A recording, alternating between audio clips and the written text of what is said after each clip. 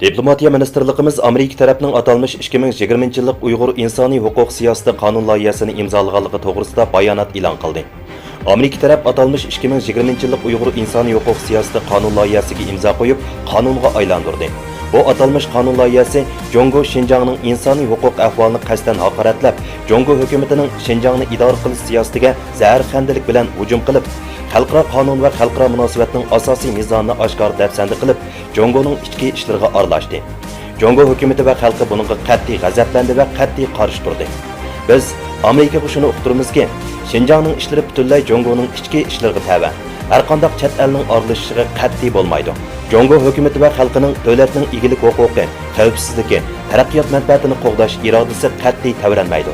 Biz Amerika tarafga xatolikni darhol to'zitib, yuqorqi Şinjan'ga chetishlik qonun loyihasidan foydalanib, Jongoning manfaatiga ziyon yetkazishni, Jongoning ichki ishlariga aralashishini to'xtatish to'g'risida yana bir qatim nasihat qilamiz. Bo'lmasa, Jongo taraf buningga qat'iy qarshi tadbir qo'llanadi. Buningdan kelib chiqqan barliq oqibatni cho'qim Amerika taraf ustiga elish kerak.